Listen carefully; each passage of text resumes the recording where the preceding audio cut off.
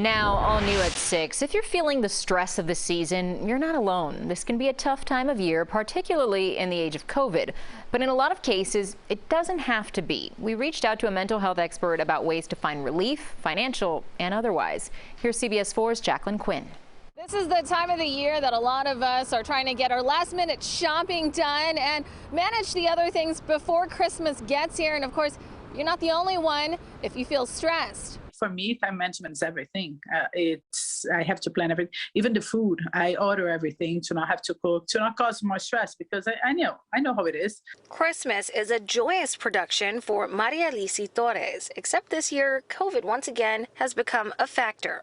I'm thankful enough that I'm able to also live somewhere else and live with my kids, with my husband and my mom to help.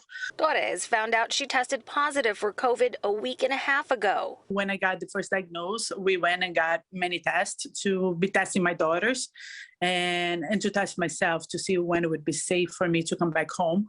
But, even with the PCR, they can stay in your body for a while. To top it all off, Torres is expecting. She's keeping a positive outlook, but that's not always easy to do. A survey by Walgreens released in October said 43% of Americans are more stressed this year than last.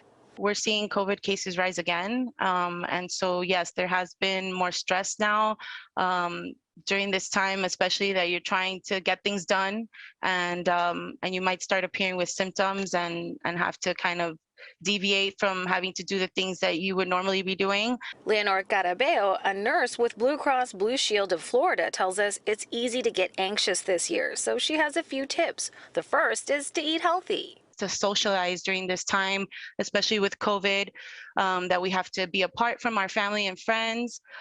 We still want to stay connected, whether that be virtually or in person. Other tips include managing spending, so come January, financial burdens don't become a weighing problem. And the fourth tip, showing gratitude. Research has shown that that really helps our mental wellness and well-being. Meanwhile, Torres says she's using some of her time now to buy presents online and then resting as much as possible. So I'll do whatever is necessary to protect my family. And she'll join a growing number of people to get a COVID test before seeing her loved ones this holiday.